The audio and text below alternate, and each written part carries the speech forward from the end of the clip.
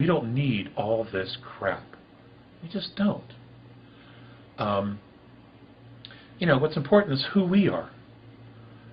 Where are we going with ourselves? Have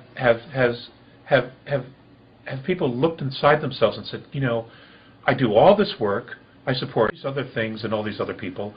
Am I actually fulfilling what I want to do? Am I, in fact, following my passion? Am I truly happy with my effort and what I've done?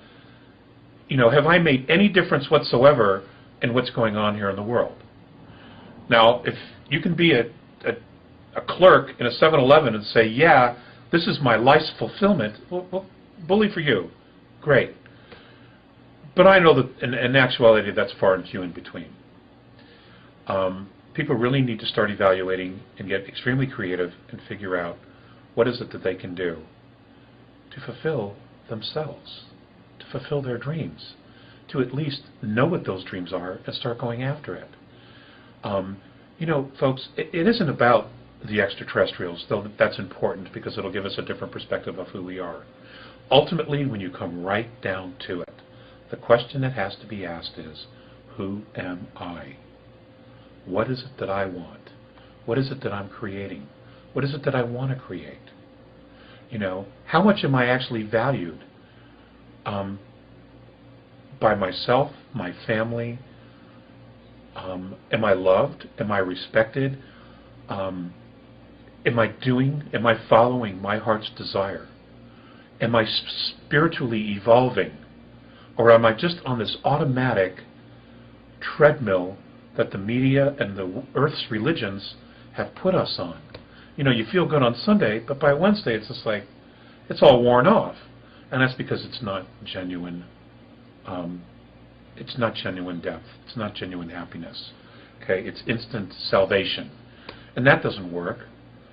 And it's not that anybody actually needs salvation. They just need to love themselves.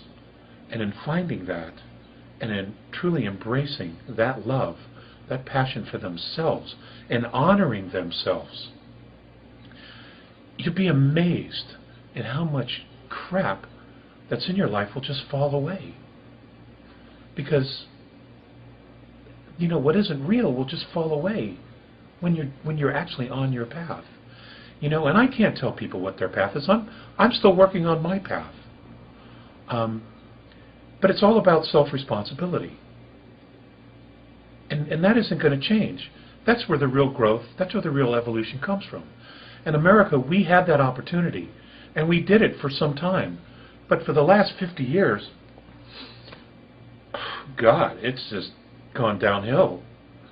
I mean, we've had this incredible opportunity to change the world, and now the world's very upset with us. And well, let's take a look at that for a second. Okay, Alex, you've mentioned that Eisenhower lost control of the U.S. government and that it really has never been regained by the U.S. people. And I think we all want to know, how did that happen? Well, that's not exactly what I said. He didn't lose control of the government, but he lost control of the technology. Apparently, and this information's out there. Brigadier General Lufkin said in the Disclosure Project testimony, that's disclosureproject.org, which I recommend to everybody. He mentioned that the technology was being reverse engineered, but it went black. And it went black very, very quickly. And it was really literally a matter of weeks that he lost control of where the technology was because it went black. And a lot of that had to do with deniability for not only the executive branch, but the government as a whole. Now, who's actually managing this? And this is where I think a lot of people are confused. A lot of people think that the government has this technology. The government doesn't have this technology. We paid for it, but programs have this technology. A lot of this technology was reverse engineered by programs created by contractors, government contractors who have this technology, and then a program was built above all of this, probably with the help of the NSA, because to this day nobody's ever read their charter. So we don't know exactly what they're mandated to do other than snoop on everybody, okay? That's where this technology is. It isn't that the government has it. It isn't that Obama can get his hands on it and say, okay, I'm taking it and I'm giving it to the people. It isn't like that at all. If you remember, Jimmy Carter tried to find out about extraterrestrials, and it was George Bush Sr., who was then director of the CIA, told him, sorry, Mr. President, your classification, your clearance isn't high enough. This is documented. So he couldn't find out anything. Bill Clinton did exactly the same thing. He tried to find out, but he was given limited information because he didn't have the clearance. Well, who can give the president clearance for this? Right? Who authorizes clearance to the president to know about this stuff? Well, if he doesn't know about it, then who does? Who's managing the information if the President of the United States doesn't have access to it? Clearly, there's your secret government. Those who are managing these programs. Because they have this technology that's thousands of years in advance of what we're using commercially. We have no access to it. Our elected officials have no access to it. The government has no access to it. Okay, but these programs exist nonetheless, and we are paying for this. Okay, the taxpayers. But we're not driving any of the benefit of it. That is your secret government. Everything else is smoke and mirrors. Okay, what's coming down the pipe now is the fact that they have this technology and they're basically making choices. They're deciding what kind of society, what kind of world we're going to live in, who stays, who goes, what areas go through war, what areas stay in peace, which natural resources are going to be taken over. All of this is being managed by the program. And let's take a jump back to John F. Kennedy. This is not something I've ever said publicly, but if you recall, one of the things that John Kennedy did, one of the first acts he did, was to abolish the Special Operations Coordinating Group within the National Security Council. The reason for that, I believe, or I should say I have been told, is that Eisenhower told him that that is the issue, that is the area where he lost control. So John Kennedy disbanded it. What's interesting is after he was assassinated, Johnson reinstalled that group. Now, who is this group? Who is the special group?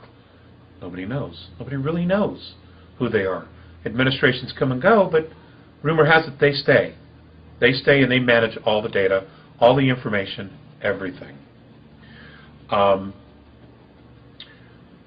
example, also during Kennedy's administration, he signed an executive order in June, 11110, I believe it was, executive order, authorizing the United States Treasury to print interest-free money.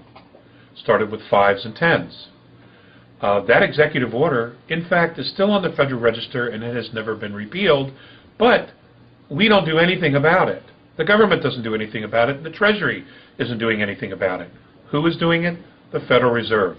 And the reason you won't ever find the Federal Reserve being audited, or they won't allow you to audit it, is because they have created trillions of dollars to fund the secret space program that McKenna, this kid over in England, found out about. That's the deal. That's the reality of the situation. You know, and you can go pound your head on a wall, you can do whatever, but that's it. That is where our secret government is. It is there, it is real, and it's managing everything at this point. And they really don't give a damn what the people think. They really don't. They have their own agenda. And they're doing their own thing. We don't need the space shuttle. We haven't needed it forever. There are many people out there talking about special spacecraft, Tango Romeo 3 Bravos, Tango Romeo 3 Alphas, etc., etc. These are all very real spacecraft. They, in fact, do exist. And they do have some solar system travel. We are so far along, it's amazing. And in one sense, we can be proud of that, but in the other sense, where is the technology? Why isn't that we are still being strangled by oil companies? It's ridiculous. Because they fear an economic collapse. Well, we've printed the dollar into oblivion. The economic collapse is coming anyway. So why don't we just release the free energy and the technology that they have, you know, to power homes, to power cities. Let's just do it, because they're destroying the economy of the government, of the country anyway, by printing the dollar into oblivion. And that is going to happen. You know, you just can't fix debt by creating more debt.